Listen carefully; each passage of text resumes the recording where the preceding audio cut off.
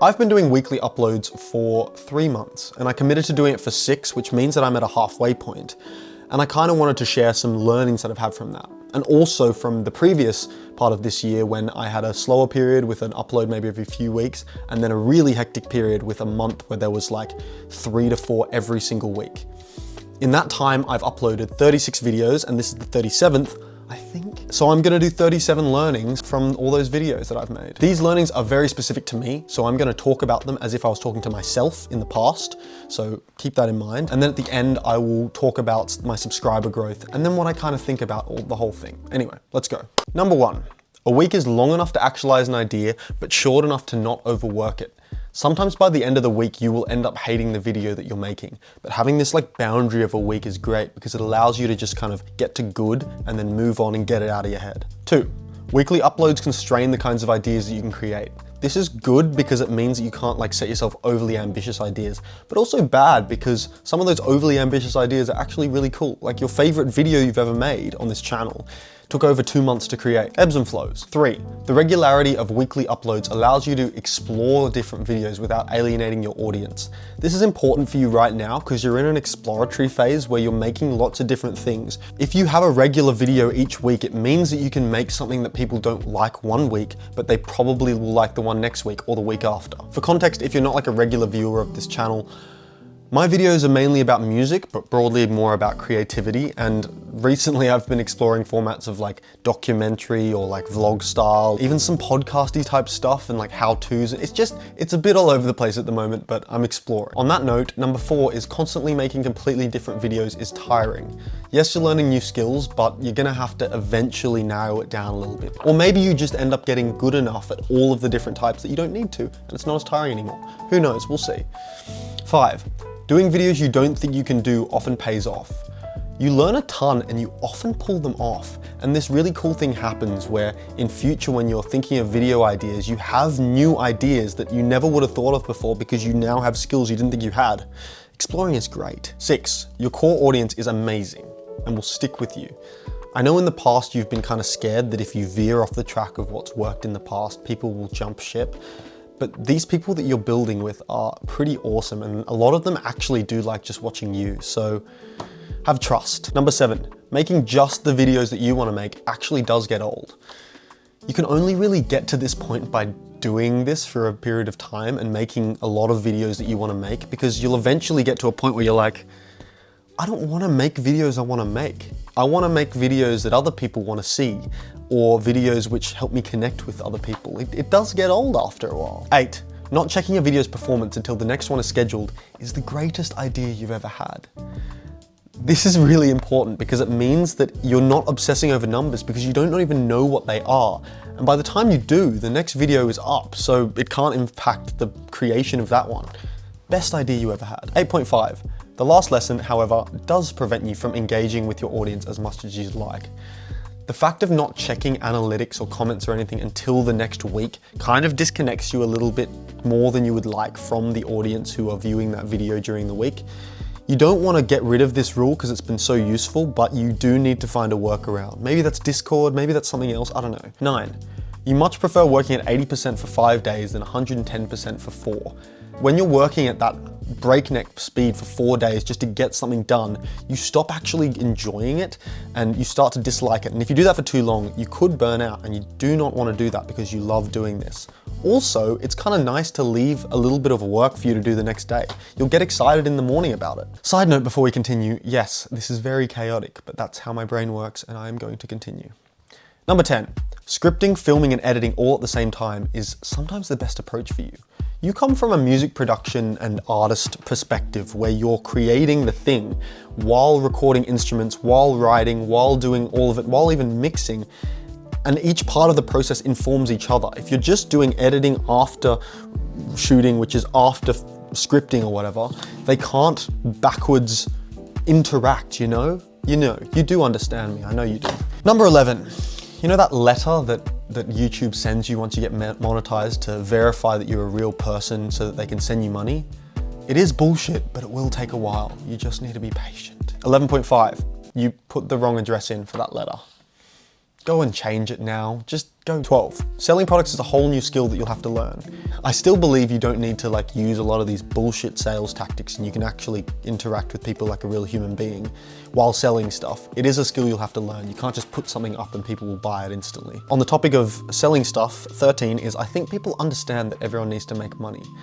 I know you've been scared that you'll alienate people if you pursue it, but if you pursue it with integrity, I don't think you have anything to worry about because people understand. 14. The videos you make determine the audience you build. You knew this after your whole stint in TikTok and whatever, but you didn't realize how directly linked it still is on YouTube and stuff. If you make a video that appeals to people who want to be entertained, the people in your audience will become people who want to be entertained. And if you make a video that appeals to people who want to be educated, the people in your audience will start to become people who want to be educated. It's why variance is good, but you didn't realize how directly linked these two things were. 15. The comments represent the amplified reactions of people who watch your video. Most people who watch your video aren't going to comment. The vast majority aren't, which means that the stuff you see down there is going to be the extreme reactions on both ends of the spectrum to your video. It's great to appreciate how people like your stuff. That's amazing. But if you get too caught up in that, when you get a comment of someone who literally says, "This guy is awful," that happened by the way, that's gonna ruin your day. So you can't get too caught up in the ups and downs of that. 16, people on YouTube really wanna learn. Be mindful of this.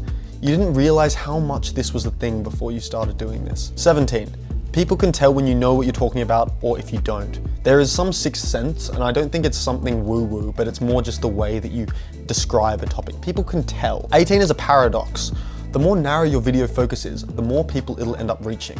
You found this with your piano video where you made it for such a specific person, but so many people resonated. So yeah, this is a very niche video, but I've made it because if it can reach that one person who needs it most, it could be the absolute game changer that they need for their music. It's very interesting. 19, you do get tired of being yourself on camera, but nowhere near as fast as you get tired of being someone else.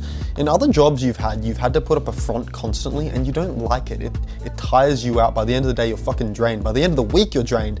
But also being yourself on camera, it has a similar effect, but way less quickly than the other way around. 20, filming and sharing your creative process and while making music actually feels a lot better than you expected. You learned this when you made 30 songs in 30 days and documented every second of it. You were kind of worried whether or not you would feel seized up, but after a while you kind of end up liking it, which is really cool actually. But on that note, 21 is you're not actually okay with all of your music being filmed. All your music making being filmed. Although it feels really good to do it, you don't want it to become this thing where it's always for other people. Making music and the creative process is a really personal thing, and if it all becomes publicized, I don't think you'll like it. Actually, you know you won't like it. And continuing with music, if you don't make time for your own music, it'll fall away. You've kind of found this in the last 3 months of weekly uploads.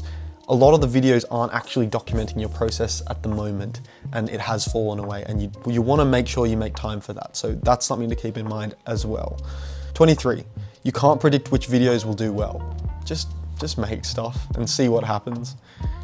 23.5 though, you can predict which videos will go well. This is kind of, as you go along, you see the through lines between what does and what doesn't do well and what's popular and what isn't. You have a few ideas in your head, but make sure that you use them and don't use them in the ways that you want to. Don't get controlled by this sort of thing. 24, retention doesn't matter, at least for your channel. You've found that when viewers are more satisfied and they resonate with the topic more, even if the retention graph is terrible, the video goes way better. And I don't know what metrics YouTube is using to figure this out, but it's kind of working. There's little correlation between keeping someone fucking entertained and retained the whole time versus them actually staying and watching the video and the video being pushed out. 25, if you can do something in the shooting stage rather than doing it in the editing stage, it saves you so much time. Continuing on that, 25.5 is fancy edits just aren't worth the time that they take.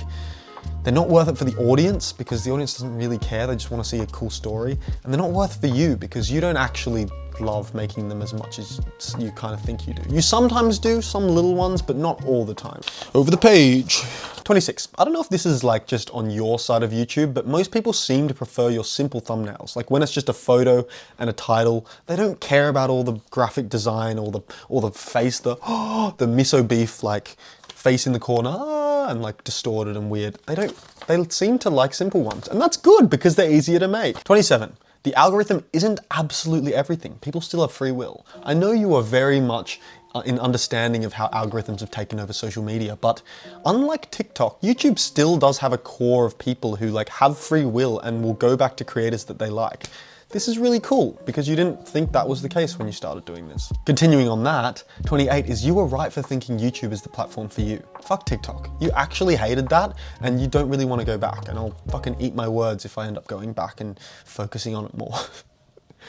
29, if you don't decide what your channel will be, the YouTube algorithm will. And this is more in the way that you'll see what videos are doing well and what's being pushed, and you'll be drawn in that direction. You've got to be very resolute with this. But in the same vein, 30 is balancing videos that make money and videos that suit the algorithm with ones that are for you might be the way forward. You can't completely ignore this. Because of your goals and the way you want to grow this channel, you can't completely run away from that sort of thing, because it also isn't great for your mental health when you're working so hard and not getting any views or whatever. So it might be a balance going forward. 31 is very important. Trust matters more than tactics. You haven't fully learned this yet because you don't really have heaps of evidence from it, but I just feel like being a real human rather than trying to be some clickbaity, annoying piece of shit on the internet just kind of yields better results. Even if it doesn't, it's kind of the way that you are enjoying doing it. 32, you get cynical when you lose sight of the people that you're impacting. So build systems to keep these people front of mind. If you're too disconnected from it, you start to feel like, what's the point? Don't let that happen. 33, you can approach YouTube as a business or as a form of artistic expression. And I feel like if you know that you want it to at least be a little bit of artistic expression, it's better to start there and move it towards a business than the other way around. And that's kind of because if you start it as a business and try and move it the other way, you're fighting the algorithm and the views. It's a lot harder. 34. The YouTube advice that rises to the top on this platform doesn't do it because it works. It does it because it's what people want to hear. And that kind of means that a lot of the advice ends up being quick tactics and quick fixes and blow up your channel and bullshit that doesn't work for people long term. But it's just on the front page of SEO at the top of your search results because people want to watch it and people just wank themselves off watching those videos. Don't listen to that shit. Kind of connecting that to the last one, I feel like there is YouTube advice which is for people who want to build it as a business and people who want to build it as artistic expression. Obviously there's a spectrum in between and you can approach it in between, but it's really helpful if you can distinguish which advice is for which type of thing. Both are okay to do, but find out what works for you. You kind of know what works for you. 35. Both hustle and relax culture are wrong. Find the place in the middle that works for you. This is the only answer. People like to either be in one camp of fucking work all the time, David Goggins, Gary Vaynerchuk bullshit, and also on the other side of the spectrum of like, no, life is all about enjoying yourself and relaxing. It's in the middle, it's somewhere in the middle, and it's not just an amount which is in the middle, it's a very specific cadence for you. And that's a difficult answer again. People don't want to hear that. They don't want to work out their problems and work out their cadence for themselves, but it's the only thing that's going to work for you, and I think you're figuring it out. 35.5 is you are capable of massive bursts and sustained productivity. Don't underestimate yourself in this respect, and also don't feel guilty for wanting to work really hard for a certain period because there's some other camp of people telling you to relax. You know what's best for you. 36, you don't owe anything to anyone, and I really mean that. And I mean that with honestly both your fans and the people who watch your videos and brands and other business partners or whatever who reach out to you, because people will reach out to you. You don't owe people your time, and if you want to give it, if you want to respond to stuff, you can. It's your decision, and you know how it will impact in each way, but you don't have any obligation to anyone. And also, oftentimes, your time is better spent creating more than responding to people, and people generally will like it more, even if they don't initially see it, if you are just making more rather than responding to them. And finally, 37, you work things out better in motion.